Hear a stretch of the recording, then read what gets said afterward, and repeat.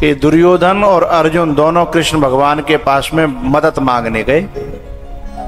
अब जब मदद मांगने गए तो दुर्योधन से कहा भगवान ने कि मैं तेरे को बाद में दूंगा, अर्जुन को पहले दूंगा, क्योंकि मेरी नजर अर्जुन पे पहले पड़ी है। बोले ठीक है। तो अर्जुन को भगवान ने कहा कि तू मांग ले। तब अर्जुन ने कहा भगवान ने पहले ही दो हिस्सा कर दिए। एक तरफ मेरी नारायणी सेना पूरी की पूरी और उस हथियार सहित और युद्ध करेगी, और एक तरफ रहूंगा मैं अकेला, वो भी बिना हथियार के युद्ध नहीं करूंगा।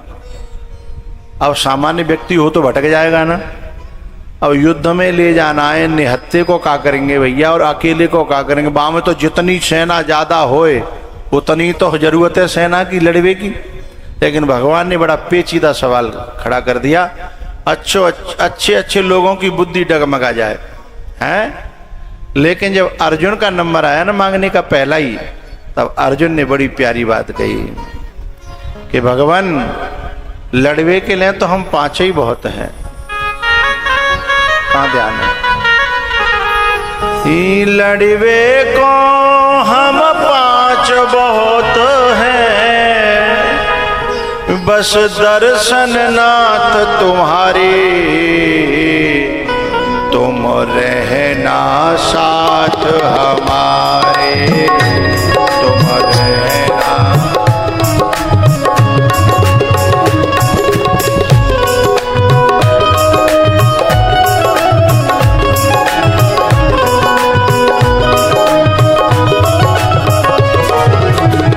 लड़वे को हम पांच बहुत हैं, लड़वे को हम पांच बहुत हैं, बस दर्शन नाथ तुम्हारी, तुम रहना साथ हमारे।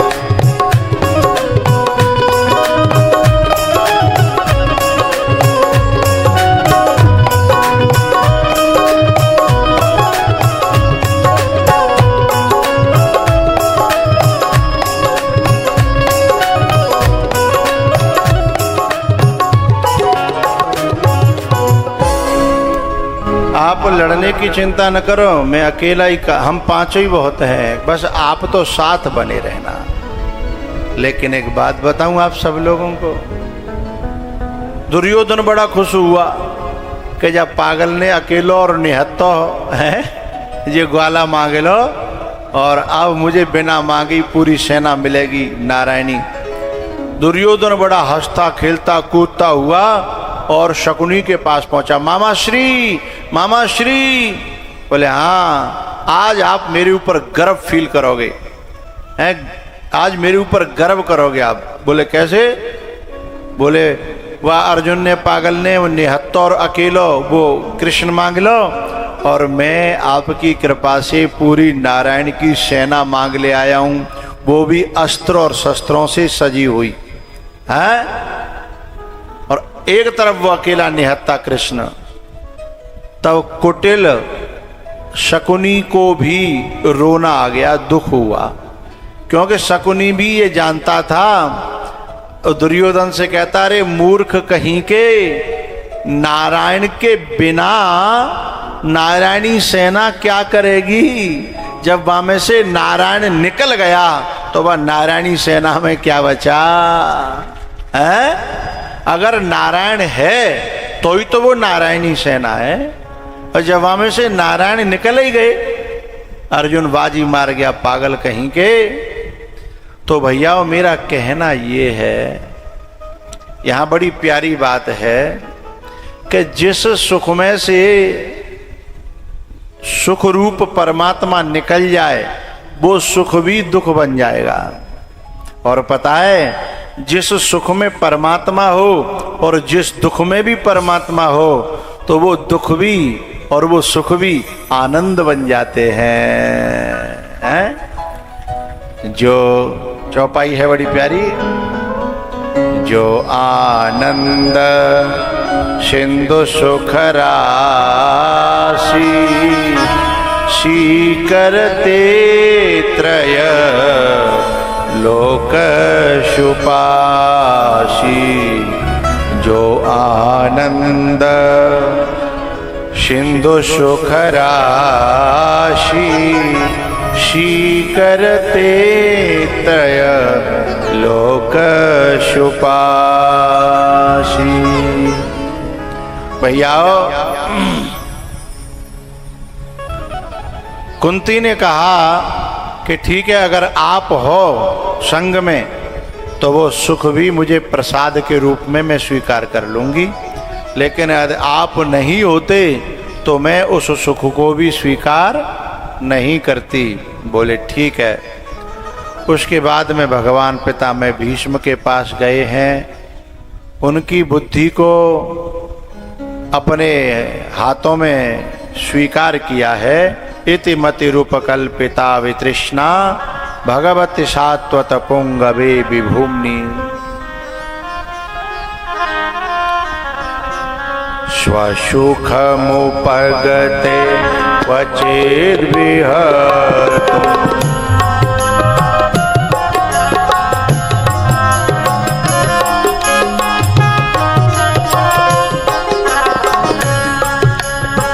प्रकृतिमुपे स्वसुखमुपगते क्वचिद्विहर्तुम् प्रकृतिमुपेयुषि यद्भव प्रवाहः।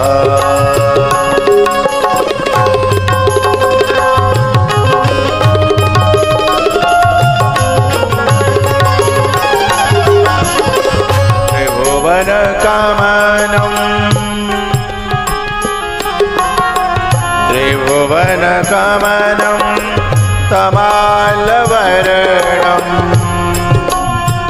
रविकर गौरवराम्बरं दधाने।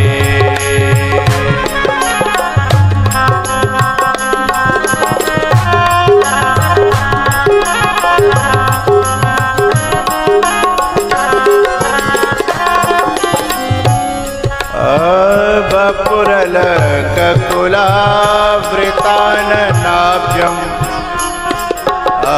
वपुरलककुलावृताननाभ्यं विजयसखेरतिरष्टुमेन वद्या।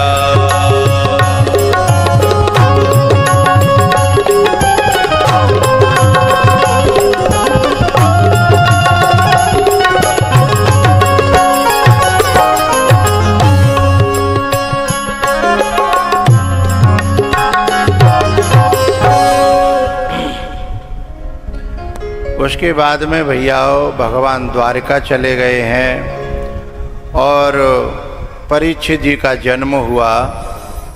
परीक्षित जी थोड़े से बड़े भये तो पांडवों ने परीक्षित जी को राजा बनाया और वे उत्तराखंड को चले गए।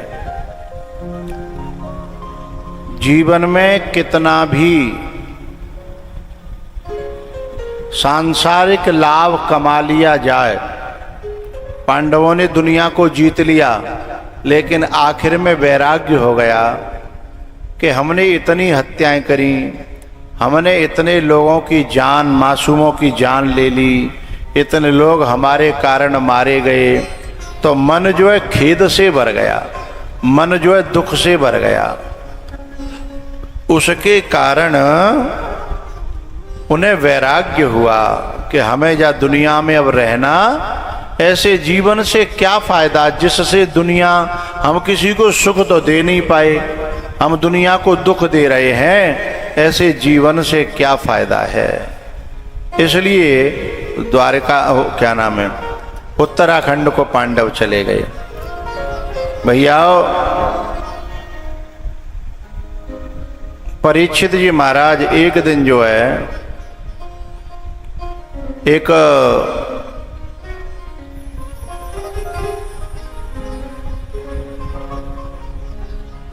दृश्य को देखते हैं जिसमें एक बैल, एक नंदी जो है वो एक काले पुरुष के द्वारा मारा जा रहा है। ये काला पुरुष है कलयुग और नंदी है धर्म। नंदी जो है ना वो धर्म है। ये जो संसार में जितने धर्मात्मा लोग होते हैं जिनके अंदर धर्म रहता है उनमें सहन शक्ति बहुत ज्यादा होती है। उनका कोई अपमान कर दे तो भी सहन कर लेते हैं, कोई छोटा मोटा कोई हानि कर जाए तो भी सहन कर लेते हैं। बोले पर इस सहन शक्ति से बदमाशों का तो हौसला बढ़ता है ना। इस सहन शक्ति से फायदा क्या होता है? इस सहन शक्ति से एक फायदा होता है प्यारियों, समझना। इस सहन शक्ति से ये फायदा होता है कि वो उसके ऊपर जब बहुत अत्याचार होता है तो अत्याचार से अंदर जो धैर्य बढ़ता है उससे भगवान बड़े प्रसन्न होते हैं। और उस पर जब ज्यादा अत्याचार होता है तो वो तो सहन कर जाता है पर उस पर किया हुआ अत्याचार भगवान पे सहन नहीं होता। बोले क्यों नहीं होता भगवान पे? ऐसे समझो कि हम सब ए भैया जी माता जी प्रसाद कैसे लेके आ गई? यहाँ भाई प्रसाद वाले क्या कर रहे हैं? कार्यकर्ता लोग वहां पे ध्यान से देखते नहीं है प्रसाद यहां तक आ रहा है।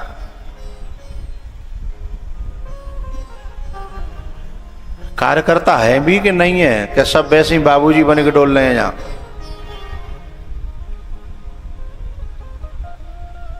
जहाँ प्रसाद वाले या गेट पे हैं वहां ही सबको देखना है किसी माताजी के हाथ में प्रसाद तो नहीं आ रहा हम तक। अच्छा प्रसाद के कार्यकर्ता बीड़ी पी रहे हैं, पी लो पी लो, सहता लो आ रहा हूं तो बीड़ी पी लो।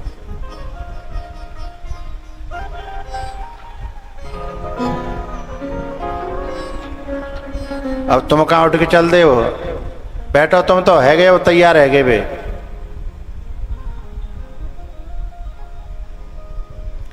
एक तो यहाँ भी सिस्टम वो है नहीं है, पता नहीं है इनको कि यहाँ बीच में होके आना नहीं है जाना नहीं है, इसीलिए कभी भी कोई आ जाता है कभी भी कोई भी चला जाता है। और ये हमसे जो नीचे जो ये मुकेश वगैरह हैं इनकी ये सुनते नहीं है। ये नियम बतावे तो ये समझते हैं ये तो बकवास कर रहे हैं। और मैं अपने आप को शांत रख करके इनका सहयोग करने की कोशिश कर रहा हूँ। हमारे नियमों को हमारे नीचे के लोगों से समझने का प्रयास करें सभी कार्यकर्ता, क्योंकि अभी जो है ना 6 दिन गुजारने हैं और 6 दिन का गुजारने का मतलब है नियमों का पालन करना आ जाएगा तो ज्यादा अच्छा रहेगा।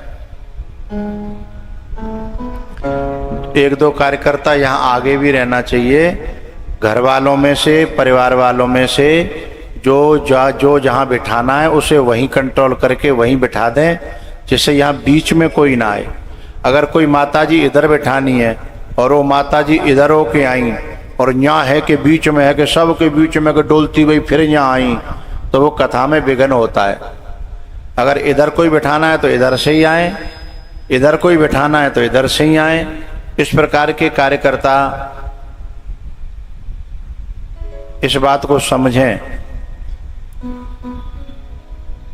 और अगर समझ में ना आए और मेरी बात समझ में ना आवे, अपनी मनमानी करनी होए तो फिर ऐसो ही ब्यास ढूंढ लें जैसो तुम्हारे जामे सेट है जाए। भाई मेरे बस की बात नहीं है, ज्यादा नियम टूटे ज्यादा दिक्कत आवे तो मैं इतना कथाओं का भूखा तो हूं नहीं। कथा तो मेरे पास हजारों हैं, लेकिन अगर मेरे हिसाब से सेटअप बना लोगे तुम इन 5-6 दिन में तो कथाएं हो जाएंगी। और तुम अपनी मनमानी करते रहे और तुम सोचते रहे ना ये तो कथा कहते ही रहेंगे, उनमें से मैं हूं नहीं। एक व्यास तो तुम पे है ही, एक और ले आएंगे मिल ही जाएंगे, लेकिन हाँ, मेरा स्वभाव अलग है, उसको समझिए।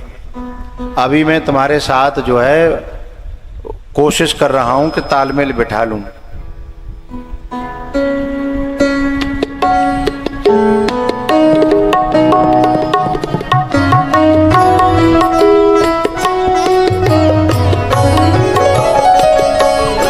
हरे कृष्णा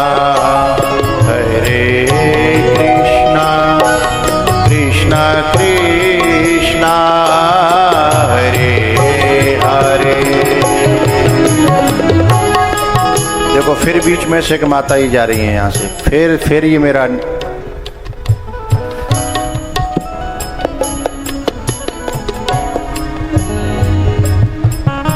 तुमको हम जब बता रहे हैं तुम्हें सुनाई नहीं पड़ा क्या? ये कार्यकर्ताओं को अपने समझाइए, और नहीं तो फिर अपना इंतजाम कर लीजिए भाई, हमारा माइंड सेटअप नहीं हो पा रहा है।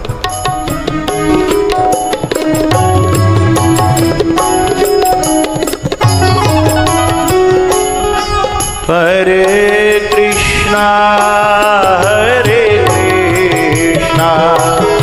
कृष्णा कृष्णा हरे हरे, हरे राम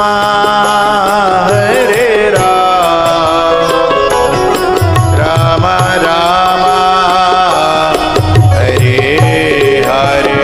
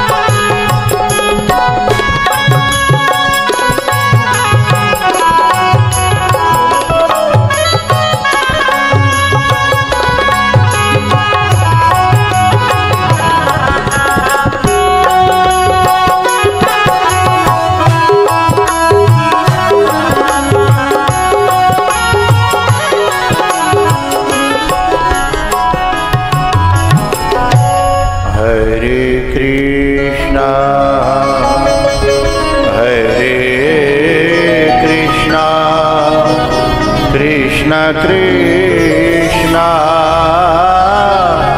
हरे हरे, हरे राम हरे राम, राम राम हरे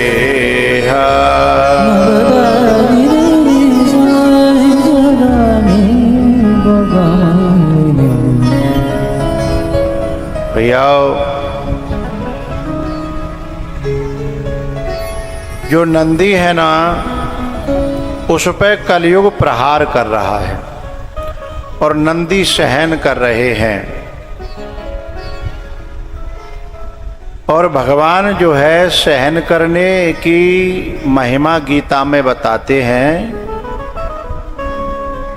सहनम सर्व दुखानाम अप्रतिकार पूर्वकम, सहनम सर्व दुखानाम अप्रतिकार पूर्वकम, यानी प्रतिकार किए बिना शीतोष्ण सुख दुखेशु लाभा लाभौ जया जयौ, इन सबको जो सहन करने की क्षमता पाल लेता है, भगवान उसके पक्ष में हो जाते हैं। तो यहाँ भगवान पक्ष में हो गए और तुरंत जो है कलयुग के ऊपर बाण उठा लिया। किसने? परीक्षित जी ने। और कहा मेरे रहते हुए ये अत्याचार तुम धर्म पर कैसे कर सकते हो? ये धर्मात्माओं पर सच्चे राजा के रहते हुए अत्याचार नहीं हो सकता। सच्चा जो राजा होता है वहां धर्मात्मा पर नहीं, अंकुश अधर्म पर लगाया जाता है। बोले कलयुग चरणों में गिर पड़ा, बोला महाराज मुझे भी कोई जगह दो बता रहने की। तो 4 जगह बताई। द्यूतम पानम स्त्रियम सोना यत्रा धर्मश्च चतुर्वेद। बोले 4 जगह, बोले जहाँ ताश खेले जाते हैं, जहाँ जुआ खेला जाता है वहां पे, और जहाँ नशा पत्ता होता है वहां पे कलेश रहता है, कलयुग रहता है। परीक्षित जी ने 4 जगह दी। और जहाँ की नारियां अमर्यादित रहती हैं, जिनका बोलना सही नहीं रहता, जिनका व्यवहार सही नहीं रहता, जिनके विचार सही नहीं रहते और जिनका पहनाव ओढ़ाव सही नहीं रहता, जिन यहाँ की नारियों का, उन घरों में कलयुग आ जाता है। द्यूतम पानम स्त्रियम सूना यत्र अधर्मश्च चतुर्वेद, 4 प्रकार का जहाँ अधर्म होता है। उन्होंने कहा एक आध जगह मेरे हिसाब से दे दो। कलयुग ने कहा, बोले बताओ। बोले एक जगह और दे दो, सोने में। बोले ठीक है ले लो। तो सोने में और जगह दे दी। तो माताएं सोने को बहुत प्रेम करती हैं, लेकिन मैं ये मना नहीं करूँगा कि सोना रखना नहीं है, लेकिन सोने को ज़्यादा दिखाना नहीं चाहिए। वैसे तो अभी सोनियों को यहीं कथा हो रही है, हैं? तो जो स्वर्णकार हैं उनके यहाँ अत्यंत सोना होने पर भी कलयुग का निवास रहता नहीं है। क्यों नहीं रहता? क्योंकि वे सोने का दिखावा नहीं करते। सोना किसी को जलाने के लिए नहीं पहनते हैं, अपने परिवार का भरण पोषण और धर्म के लिए जब स्वर्ण का प्रयोग होगा तो वहाँ अधर्म के बजाय उसमें धर्म बस जाएगा और वह सोना अपने राष्ट्र का उत्थान करेगा, वह राष्ट्र का विकास करेगा, क्योंकि धर्म के काम आएगा। लेकिन अगर कोई व्यक्ति सोने को इसलिए पहने कि बस फलाने को जलाना है, फलाने को फूंक देना है, ऐसा सोना पहन के जाएंगे कि हमारी जो फलानी रिश्तेदार आवेगी सो वह देख करके हमारे सोने देख करके उसके दिल में आग लग जाए, इस प्रकार जो सोने का प्रयोग करेगा उस सोने में कलयुग का निवास हो जाएगा। इस प्रकार से तो एक दिन जो है राजा परीक्षित ने सोने का मुकुट पहन लिया, और जब सोने का मुकुट पहना तो उसमें कलयुग बैठ गया और राजा परीक्षित की बुद्धि खराब कर दी। राजा परीक्षित एक संत के, एक ऋषि के समाधि में बैठे हुए ऋषि के यहाँ पहुंचे हैं, और समाधि में बैठे हुए ऋषि के यहाँ पहुंच करके ये आशा करते हैं कि हमारा सम्मान हो। अब सम्मान जो है ऋषियों के यहाँ, संतों के यहाँ, राजा होने पर भी ऋषि मुनियों के सम्मान चाहना अनुचित है। इसलिए कलयुग बुद्धि पर बैठा होता है तब बड़ों से सम्मान चाहता है, और जो व्यक्ति के भीतर धर्म बैठा होता है वो अपने से बड़ों से सम्मान चाहता नहीं है, वो अपने से बड़ों का सम्मान करता है। अपने से बड़ों का सम्मान, अपने से जो बड़े हैं उनसे जो सम्मान चाहने लगे तो समझना उस व्यक्ति के सिर पे कलयुग बैठ गया। ये पहचान है। कभी कभी होता है ना कि आदमी ने पद में या धन में या काऊ में ज्यादा बढ़ जाए तो फिर वो जो है हम तो ऐसे हैं, हम तो ऐसे हैं, हमसे तो फलाना भी राम राम करे, ऐसी चाह बनाने लगे तो समझना उसकी बुद्धि भ्रष्ट हो गई है। फ्रस्ट्रेशन के मारे, क्रोध के मारे उन्होंने मरा हुआ सर्प ऋषि के गले में डाल दिया, और ऋषि का जो बेटा था उसको किसी ने जाके भड़का दिया कि तुम्हारे पिताजी का अपमान हुआ है, जाकर के देखो मरा हुआ सर्प गले में पड़ा है। चुगलखोर पहले भी थे और चुगलखोर आज भी हैं, बस अंतर इतना है कि पहले ने कम होंगे, अब ने ज़्यादा है गए होंगे, है ना। वैसे हर चीज़ों में तरक्की है रही है तो चुगलखोरों में भी तो तरक्की होगी ना, है। विकास हर चीज ने किया है। तो चुगलखोर ने जाकर के ऋषि के बेटे को भड़का दिया कि लो तुम्हारा बाप अपमानित हुआ पड़ा है।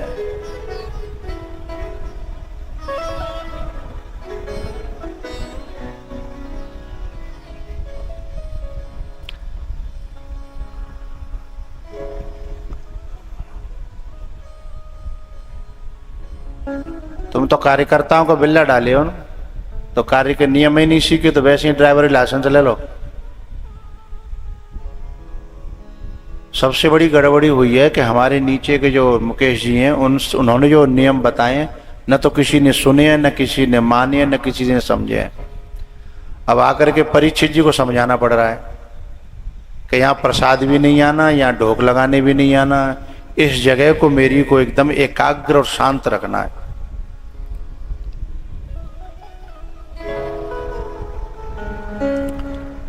तो भैया कलयुग जो है ना,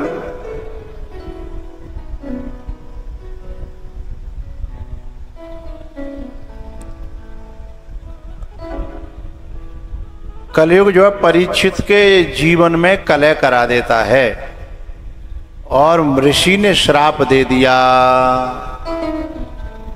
कि जिस किसी ने मेरे पिताजी के गले में मरा हुआ सर्प डाला है उसे आज से 7वें दिन तक्षक नाग डस लेगा। और परीक्षित जी महाराज ने तुरंत जो है निर्णय ले लिया कि जब जीवन की शाम होने आ गई, अब जीवन जाने वाला है, तो क्यों न उसको प्राप्त कर लिया जाए, जिसे प्राप्त करने के बाद फिर कुछ पाना बाकी रहता नहीं है। उसे पाने के लिए परीक्षित जी महाराज चल पड़े हैं दिल्ली को छोड़ करके कि ना हम किसी के न कोई हमारा।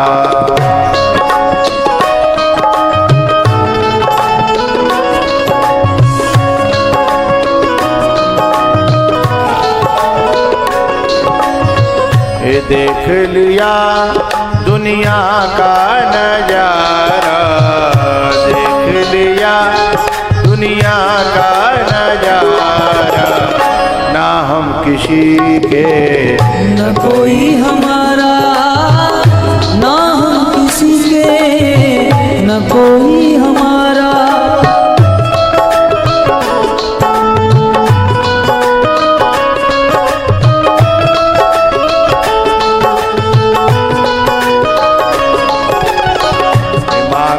भिक्षा करेंगे गुजारा, मांगेंगे भिक्षा करेंगे गुजारा, ना हम किसी के न कोई हमारा, ना हम किसी के न कोई हमारा।